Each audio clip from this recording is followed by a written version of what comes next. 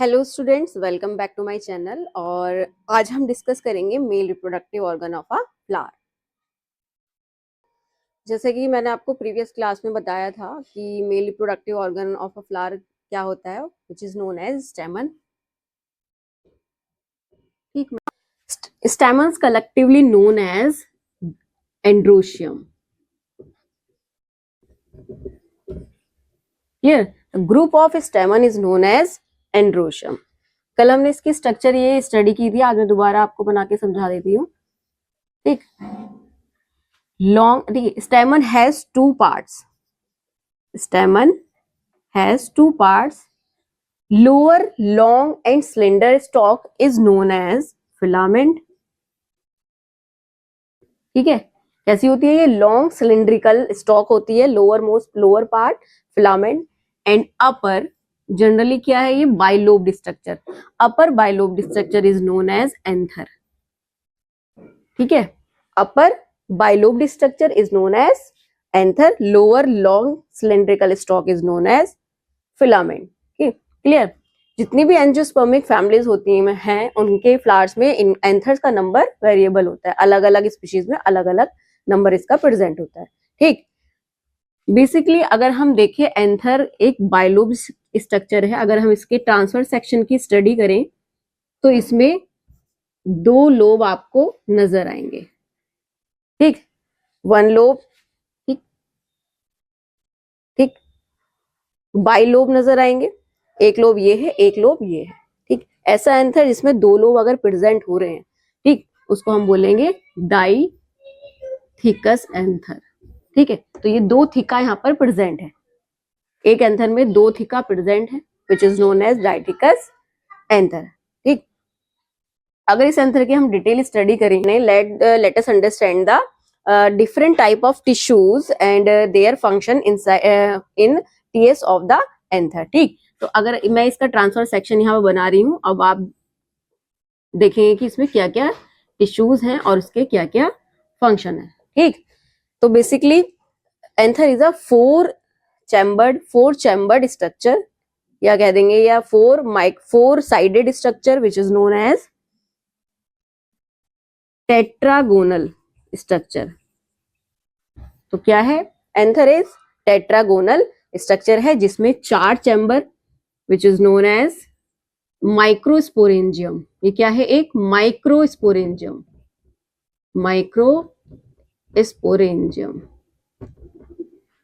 Singular है। Microsporangium अगर हम सबकी बात करें तो माइक्रोस्पोरेंजियस को हम बोलेंगे।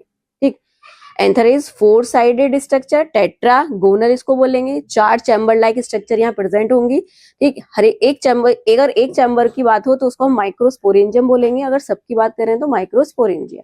ठीक, हर माइक्रोस्पोरेंजिया की स्ट्रक्चर में अलग अलग लेयर्स प्रेजेंट होंगी। तो डिटेल स्टडी अब हम डिफरेंट लेयर्स की करेंगे अभी।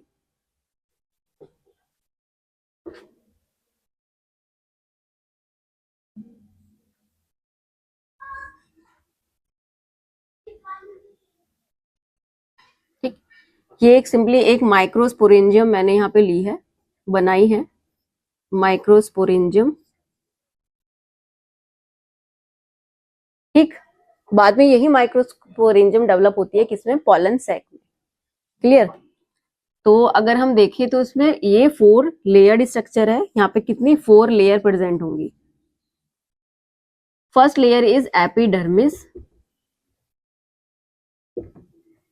which is outermost layer of anther. Second is endothecium and middle layer. Third is middle layer. ठीक, and innermost is tapetum. Clear? यह है tapetum. So there are four layer. Outermost is epidermis and innermost is tapetum. तो epidermis, endothecium and middle layer मिलकर function करती हैं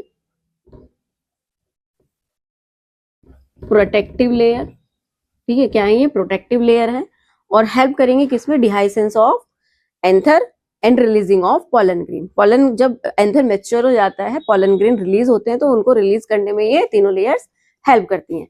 and tapetum का work क्या है? नरिशमेंट का, ठीक है, developing inside the anther. Pollen grain जब डेवलप होते हैं तो डेवलपिंग पॉलन ग्रेन्स को नरिशमेंट प्रोवाइड करने का काम क्या करती है? टेपेटम करती है, ठीक। तो tapetum nourishes developing pollen grain.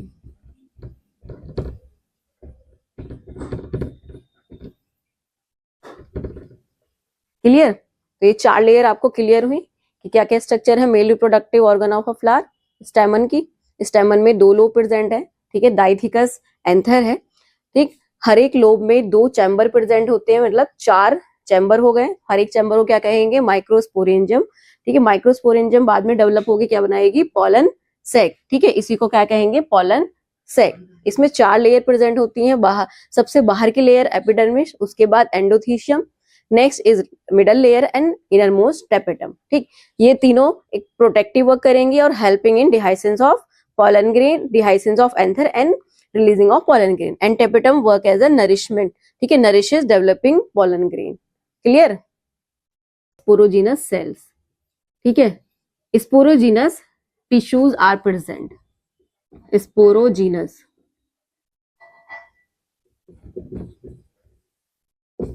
Clear? यही स्पोरोजीनस टिश्यूज बाद में क्या डेवलप करेंगे? पॉलन ग्रेन को डेवलप करेंगे, ठीक है, म्यूटिक डिवीजन के थ्रू, ठीक। तो sporogenous tissues have the capability to develop या to give rise pollen tetrad, ठीक। यही पॉलन टेट्राड फिर डेवलप होंगे पॉलन ग्रेन में, ठीक। इस प्रोसेस को हम माइक्रोस्पोरोजेनेसिस कहेंगे। चलिए अब इसको डिटेल में हम स्टडी करेंगे। तो नेक्स्ट टॉपिक इज माइक्रोस्पोरोजेनेसिस। अभी आपने माइक्रोस्पोरेंजियम की स्ट्रक्चर देखी, उसमें क्या प्रेजेंट होंगे? स्पोरोजीनस टिश्यू, स्पोरोजीनस टिश्यूज, ठीक। Sporogenous tissues work as a mother cell which is known as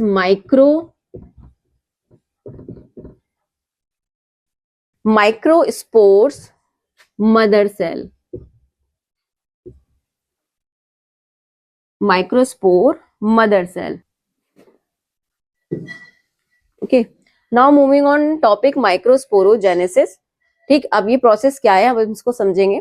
तो जो स्पोरोजीनस टिश्यूज हैं, ठीक है, उसकी सेल्स कोई भी सेल माइक्रोस्पोर मदर सेल की तरह वर्क करती है, ठीक है, एंड अंडरगोज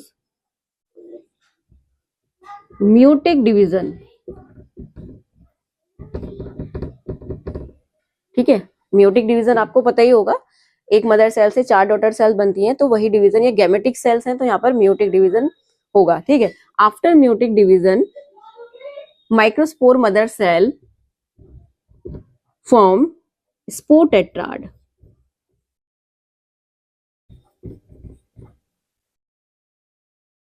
ठीक है, स्पोर टेट्राड या माइक्रोस्पोर टेट्राड इसको हम बोलेंगे, माइक्रोस्पोर टेट्राड, ठीक है।